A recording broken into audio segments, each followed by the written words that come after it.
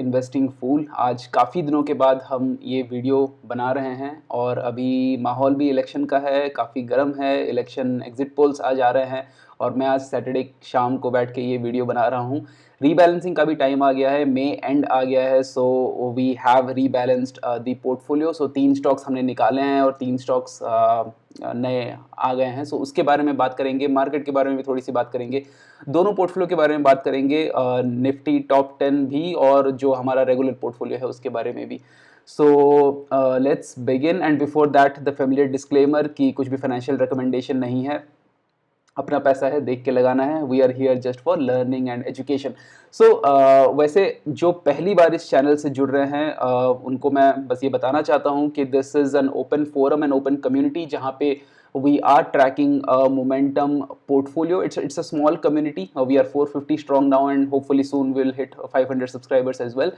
And यहाँ पे strategy खुला है, स्टॉक्स कब हम ले रहे हैं, क्या ले रहे हैं, कितना ले रहे हैं, everything is out in the open. So you can follow this channel.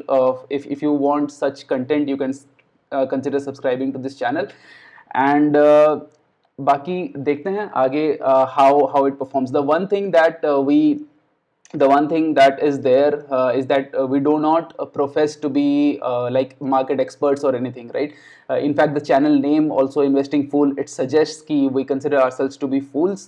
And the entire premise of this channel is कि तुम बहुत simple strategy को लेके भी, like if you're considering like momentum as a factor, even very simple strategies can sometimes beat the market, right? तो जिसमें बहुत ज़्यादा दिमाग ना लगाना पड़े, ऐसा नहीं कि दिन दिन भर लैब में बैठ रहो या मार्केट को मतलब पूरा 9:15 से लेके 3:30 तक बिल्कुल हर टाइम तुमको स्क्रीन के सामने रहना. It's not like that. With while investing very few like minutes per month और पर वीक, जैसा आपको सही लगे, you can still beat the market, right? That is the hypothesis with which we are going and growing, and let's see where it takes us in the future.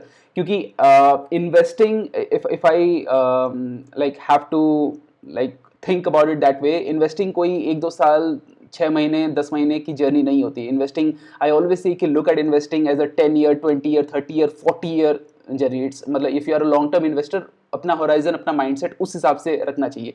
If you are growing, if you are gaining by using any factor or anything, even 2% like every year CAGR, right, that's turns out to be a huge sum in the long term. और बहुत सारे लोगों को शायद ये boring भी लगे कि यार क्या ये मतलब 2% and all that beating the market, ये सब सोच रहे हो. Like think about multibaggers and all that, उसके बारे में बात करेंगे, वैसे मल्टीपैगर के बारे में बात करेंगे. बट आई ऑलवेज से कि think of everything. Individual stocks के बारे में बात करना छोड़ो, think about it in portfolio return terms और portfolio returns over the long term हमेशा सोचो, राइट? सो anyway, बहुत बातें हो गई. let's not waste any further time. let's begin with the market outlook. So अगर market outlook की बात करें तो in overall terms market is expecting a political and policy continuity. मतलब गवर्नमेंट भी यही रहेगी और पॉलिसीज भी गवर्नमेंट के वैसे ही रहेंगे. And if you looked at the movement of Adani stocks in the recent past, they show some kind of market sentiment, right? कि किस तरह से मार्केट सोच रहा है. अब कोई सट्टा बाजार को भी देखते हैं, कोई अब तो एग्जिट पोल्स भी आ गए हैं. So some are saying 300, some are saying 320, some are saying 350. Whatever the market is discounting, it is in that range, and it is discounting कि everything will be there in terms of continuity, right? And share बाजार को continuity बहुत अच्छी लगती है, certainty बहुत अच्छी लगती है, अनसर्टेनिटी बहुत बुरी लगती है, right? So that's always something that we should keep in mind. In the unexpected scenario, जो कि काफ़ी अनलाइकली है कि कोई अनफेवरेबल आउटकम आ जाए, इन द सेंस कि ये गवर्नमेंट ना आए और समथिंग एल्स हैपन्स, बहुत जल्दी मार्केट 10 से 15% गिर सकता है. So be prepared for that. That's the only caveat that we have going into, क्योंकि अभी और टाइम बचा नहीं है, राइट? जून 3 को मार्केट खुलेगी. शायद मार्केट में बहुत ज़्यादा हलचल हो सकती है जून 3 को. निफ्टी वैसे ही निफ्टी विक्स वैसे ही 24 के ऊपर है और it has bin above 20 since May 13. And अभी शायद जून 3 के बाद कम हो जाए, लेट्स सी. बट एनीवे मतलब it is almost time now, right? अब 2 ही दिन बचे हैं, जो होगा देखा जाएगा। If we talk about the global scenario, US का इन्फ्लेशन थोड़ा बहुत स्टेबलाइज कर रहा है and US Fed is still hawkish on the rate cuts, but मतलब माहौल थोड़ा सा नरमा गया है यूएस का मार्केट भी एंड एवरीथिंग। यूएस के मार्केट के बारे में वैसे बात करते वक्त आई शुड मेंशन कि I got my first multi bagger actually in the US market, that is Nvidia. और एनवीडिया में मैंने काफ़ी लेट इन्वेस्ट किया था and that is also where I had like applied the momentum psychology, क्योंकि momentum mindset एक ये होता है कि मोमेंटम बेसिकली क्या बोलता है, राइट? कि लास्ट 12 महीने में जिसने परफॉर्म किया है, इट इज हाईली लाइकली कि वो नेक्स्ट 1 महीने तक परफॉर्म करेगा, अगर नहीं करेगा तो निकल जाना, राइट? तो मैंने लिया था Nvidia and somehow it was I guess around $400 और समथिंग। अभी it has I mean crossed 970 और 1000 whatever. So it is the first, it is my first multi bagger in the US market, but अभी वैसे Indian वाले multi bagger की भी बात करेंगे हम अपने पोर्टफोलियो में जो है। एनीवे सो रेट कट्स अभी भी ऐसा लग रहा है कि 1-2 हो सकते हैं इस साल, 1-2 नहीं हो सकते तो शायद 1 हो सकता है, but we will get to know Diwali के बाद शायद ये खबर हमको मिलेगी। एंड वैसे दिवाली के साथ कुछ करने का नहीं है, but just in that half. And by the way at that time the elections will also be very near, right? US elections। तो ऐसी उम्मीद है कि इलेक्शन से पहले बाइडन शायद एक वैसे बाइडन के हाथ में तो है नहीं, पर बाइडन शायद एक रेट कट का गिफ्ट दे दे मार्केट को, which always helps investor sentiment, stock market sentiment. Bitcoin की अगर बात करें तो अभी वैसे इथेरियम का ETF रोल आउट हुआ, उसकी वजह से क्रिप्टो मार्केट में थोड़ी सी हलचल थी, बट बिटकॉइन अभी रेंज बाउंड ही है, वही 65 से 70 हज़ार डॉलर के अंदर ही रहता है।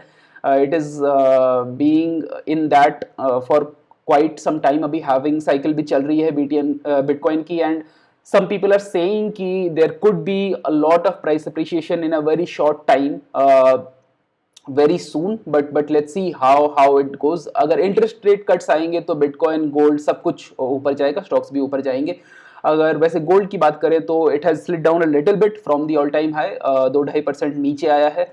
And but the overall long term जो ट्रेंड है गोल्ड ऊपर ही जाया जा रहा है काफ़ी टाइम से, that remains intact. So if you are thinking of investing in gold और parking some of your funds in gold from an asset allocation perspective, वो भी डिस्क्रिप्शनरी नहीं करना चाहिए। एसेट एलोकेशन परस्पेक्टिव से अगर करना है तो you can do it. Gold के साथ साथ silver is showing a much stronger bullish momentum as are some other commodities. So ये हो गई मार्केट की बात, दुनिया की बात।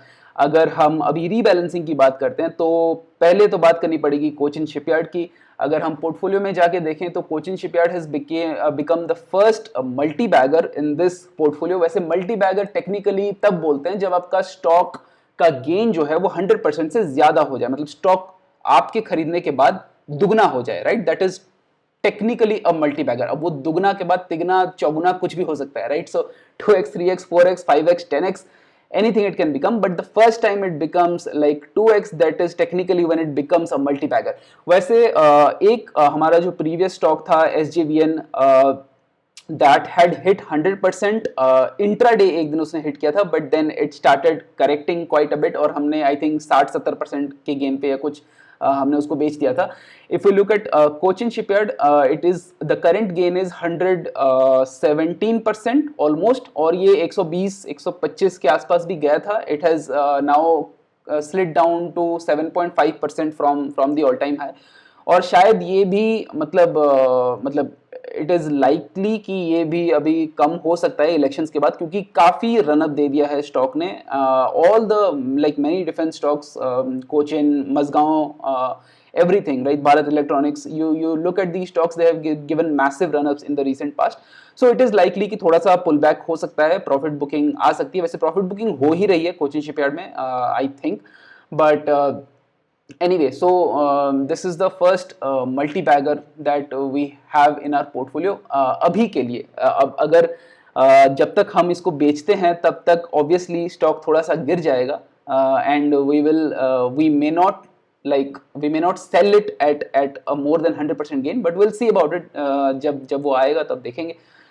And if we look at the end of May rebalancing, तो 3 स्टॉक्स हम निकाल रहे हैं, 3 स्टॉक्स आ रहे हैं और इनका कंपोजिशन सेम है, मतलब in terms of market cap 1 large 2 mid cap stocks are exiting, 1 large 2 mid cap stocks are coming in, सबके बारे में बात करेंगे। And I might continue with biweekly rebalancing post the elections also. तो जो लंबे टाइम से follow कर रहे हैं इस चैनल को, उनको पता होगा कि हम यूजुअली मंथली रीबैलेंसिंग करते थे और इलेक्शन से पहले like I think the last 1.5 months we have been doing biweekly, हर 15 दिन में रीबैलेंसिंग करते हैं। इससे ज्यादा कुछ फर्क नहीं पड़ता, राइट? तुम वीकली करो, तुम मंथली करो, ऑब्वियसली थोड़ा बहुत कैगर का इधर उधर डिफरेंस आता है, बट कैगर का जितना डिफरेंस आता है उतना तुम्हारा चर्न से भी बढ़ जाएगा, राइट?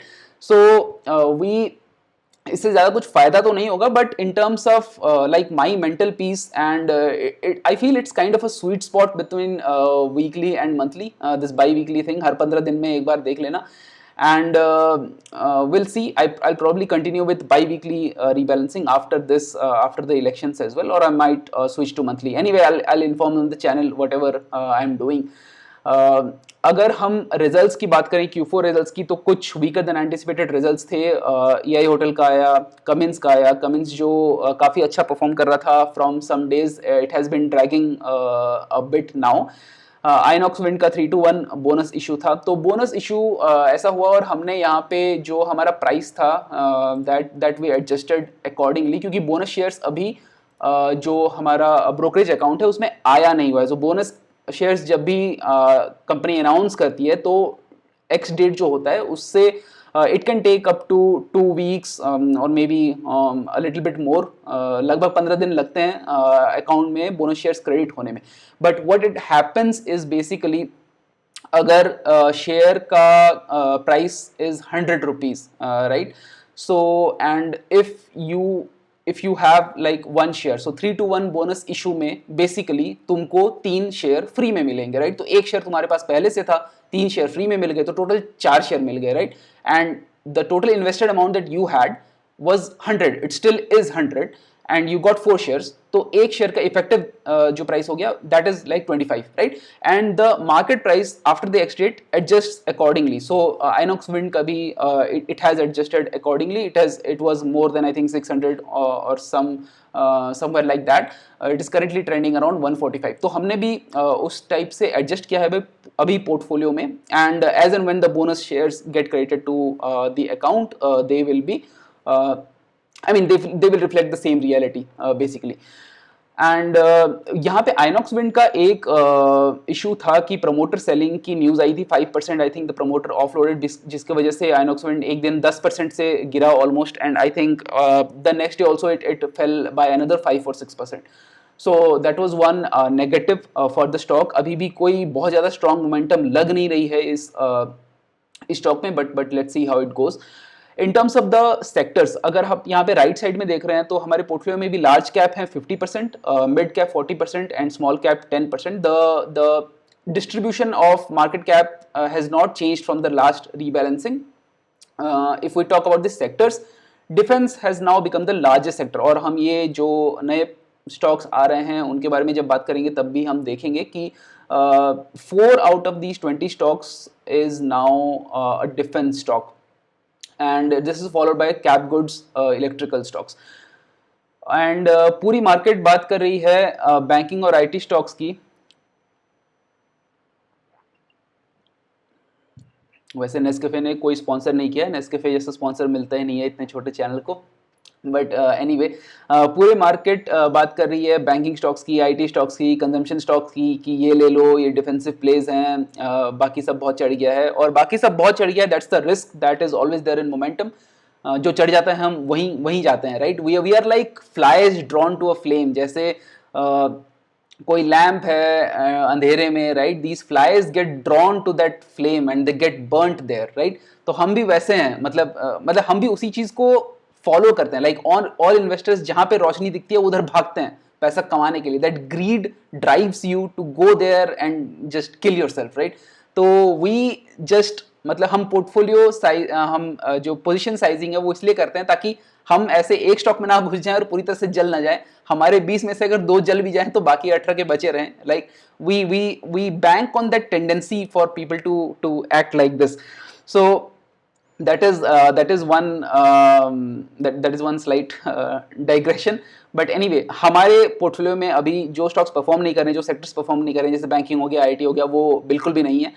एंड जो लेटेस्ट 3 स्टॉक्स हैं उनकी हमने बाइंग मोस्टली कर ली है. जो थोड़ी बहुत बाइंग बची है that will be done on June 3rd, because तुम May 31 को अगर अपने एग्जिस्टिंग स्टॉक्स सेल करते हो तो उसी दिन सारा मतलब स्टॉक्स तुम खरीद भी नहीं सकते. सो the remaining buying will be done on June 3rd, and if needed I will adjust the price accordingly on the sheet. अगर यहाँ पे हम एग्जिटिंग स्टॉक्स की बात करें तो हमारा जो सबसे पुराना स्टॉक था, राइट, ये पोर्टफोलियो के स्टार्टिंग से जितने भी स्टॉक्स हैं, मतलब पोर्टफोलियो के स्टार्टिंग से बस एक ही स्टॉक बचा था जो अभी तक था from the portfolio beginning, that is Tata Motors DVR. Not the Tata motor stock, but obviously दोनों साथ ही बढ़ते हैं गिरते हैं. Q4 के रिजल्ट्स के बाद काफ़ी मतलब निराशाजनक जो मैनेजमेंट ने गाइडेंस दिया H1 के लिए, उसके वजह से स्टॉक में थोड़ी गिरावट आई. एंड हाईएस्ट रिटर्न जहाँ तक गया था ये stock, it was close to like 46-47%, और अभी हमने इसको 34% रिटर्न पे बेच दिया. So it's a winner stock, it's going as a winner stock. We liked it. 6 महीने से भी ज़्यादा रहा ये पोर्टफोलियो में, and that is really unlikely in the long, मतलब रियली रेयर. वैसे 6 महीने यूजुअली रहते नहीं है. हमारा एवरेज जो ड्यूरेशन है स्टॉक्स को रखने का वो 2-2.5 महीने में खत्म हो जाता है. But anyway if we take the overall auto sector, right, so in that sector is poised to do well. Two-wheeler companies काफ़ी अच्छे चल रहे हैं. And if we look at Tata Motors, it is also expected to retain the leadership in the passenger vehicle launches, खास करके जो EV segment है उसमें. Let's look at the next exiting stock, EI Hotel. खराब guidance. If you look at the chart, यहाँ पे मतलब basically कुछ नहीं कर रहा है ये. फेब से it gave a massive run up prior to Feb, continuously बढ़े जा रहा था, and then nothing happened. Basically it came down and it has lost its momentum for now. It might come back, right, but you have got better stocks to bet on for now, better momentum stocks. So EI Hotel भी निकल गया. Medanta is a really curious case and it is a really unfortunate case, क्योंकि look at this chart, right, ये गया यहाँ ऊपर, वापस नीचे आया, फिर गया, वापस नीचे आया, right, it has again stuck below its 100 DMA. और यहाँ पे इसको मतलब विप सॉइंग इफेक्ट जो होता है ना, कि वो प्रॉफिट दिखा के तुमको बुलाता है अपने ओर, तुम जाते हो और फिर वो गिर जाता है, फिर वो प्रॉफिट ले लेता है, फिर तुम जाते हो उसको और फिर वो गिर जाता है, right. So it is like that. If you look at this sheet, this exit sheet, जहाँ पे लेट दिस लोड अप, या सो मेडांटा, इफ यू सी, हमने 16 फरवरी को इसको पहली बार खरीदा था और हमने 11 मार्च को ही बेच दिया था. इट फेल, तब उसने 13% का लॉस दिया था हमको. This time it has given us a loss of 15%. हमने 18 Feb को खरीदा. I'm not sure if these dates are correct. I'll have to check this. And we sold it on 31 May. I think this date is incorrect. I'll have to check it. But anyway, बात ये थी मोटा मोटी कि मेरांटा को हमने 2 बार खरीदा और दोनों बार हम लॉस में निकल रहे हैं because of this kind of मतलब this kind of pattern, right. क्योंकि वो एक बार स्ट्रॉन्ग मोमेंटम में आता है, वो फिर गिर जाता है, एंड देन वापस when it gains momentum again, right. क्योंकि हम 1 साल का लुक बैक देख रहे हैं, तो we are taking various like sharp returns, right. 3 months, 6 months, 9 months, 12 months, we are taking various sharp returns. तो उनका average is still strong for that stock, right. That stock almost hit a new all time high again. We entered again and then it fell back again, right. So this kind of whipsawing is very very unfortunate, and this is what happens in, मतलब it's part and parcel of being a momentum investor. ऐसा होगा ही, कभी ना कभी आपके साथ भी होगा, सबके साथ होगा. So it's just a way of life. If we look at the new stocks that have come, तो इसमें से 2 जो हैं, पहले स्टॉक्स के नाम अगर हैं तो Bharat dynamics limited BDL, then Bharat electronics limited BEL, and the third stock is Thermax. So 2 out of these 3 stocks are defense stocks. अगर हम इन तीनों कंपनीज की बात करें तो सबके Q4 रिजल्ट्स बहुत अच्छे आए हैं usually, because of which the price is appreciated so much. If you look at Bharat Dynamics, the profit is up like 90% YOY, EBITDA is up 73% YOY. और 5 ईयर का रिटर्न है 971%. Just think about this stock. It has given a 5 year return of 971%. Recently company announce the first stock split also. RSI अभी 80 है, which is much more than the overbought category. So you would have to, I mean, momentum में ऐसे ही stocks आते हैं, right.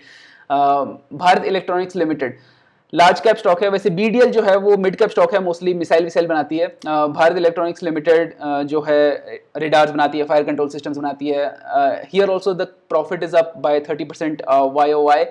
And year to date growth is 61%. RSI इसका भी 79 है. ROE is 22%, much more favorable. और PE भी इसका 54 है, which is much more favorable. The third stock is Thermax. ये इंडस्ट्रियल बॉयलर्स बनाती है and other heating devices and all other industrial equipment. इसका profit up 22% YOY, revenue up 20% YOY. और इसका भी अगर RSI देखें तो 71 है, still a bit favourable. PE is 110, ज़्यादा है. And 5-year ROE is 10%, which is very poor. But these are just to give you some stats, some fundamental stats regarding these companies. Momentum में हम भाव भगवान 6 के principles से जाते हैं, so we don't look at all these temples. We still believe that the market is still finding or seeing something in the stocks, because of which it is pricing them at a premium, and that's why we think कि because it is pricing it at a premium and it has done so for the last 12 months, it is likely to continue in the next 1 month or half month, 1.5 month or 2 months or whatever, right? So let's see how these stocks perform. And if we look at the overall portfolio, वैसे हमारा return तो कम हो गया है. But I just wanted to like give this perspective in terms of long-term investing also कि we are almost close to like 24%. We were at 27%. अभी हम 24% returns पे हैं almost. So 24% पे तुम्हारा 3 साल में पैसे डबल हो जाते हैं, right? So that's a perspective that you should have. And ऐसा नहीं बोल सकते कि 24% अभी हो गया है 6 महीने में, क्योंकि market has been very generous. तो 24% हो गया है. इट शुडंट बी कि नेक्स्ट 6 महीने में और 20% मिल जाएगा, right? It can happen, it can not happen also. 2023 was very good. So we do not expect a repeat of such kind of performance. तो अभी यहाँ से अगर end of the year तक 0% भी मिले, even then 24% is like really good. For me, it's really good at a portfolio level, unless this falls back again, right? So yeah, आज तक वैसे निफ्टी टॉप 10 के बारे में थोड़ी सी बात करनी थी. I think we can talk about it some other day also. But यहाँ पे मोटा मोटी टाटा मोटर्स और ONGC 2 स्टॉक थे जो कि निकल गए हैं, एंड पावर ग्रिड और हिंडाल्को 2 स्टॉक्स थे जो कि आ गए हैं. If you look at the net return of this portfolio, it's at 5.2%. Versus अगर सिर्फ निफ्टी में तुमने लगाया होता तो 0.9% मिला रहता अभी तक, सिमिलर टाइम फ्रेम 1 मार्च से अभी तक का. और निफ्टी 50 में से top 10 momentum stocks, if you are doing this is just a monthly rebalancing portfolio, right? यहाँ पे तुमको सीधा सीधा 5.2% मिल रहा है. यहाँ पे तुमको 8,500 मिले रहते, यहाँ पे तुम्हारा नेट अनरियलाइज्ड अभी 52,000 है, राइट? तो 8,500 profit versus 52,000 profit. Massive difference, right? So this is also, we'll talk about Nifty top 10 momentum portfolio some other day. Election के बाद अगर कुछ हलचल होती है तो उसकी भी बात करेंगे soon. And yeah, that's basically it for today, guys. And thanks for watching this video. If you have watched till now, I hope it has not been too long. And we'll see you in a new video soon. तब तक के लिए enjoy the rest of the weekend and happy election outcome. Bye bye.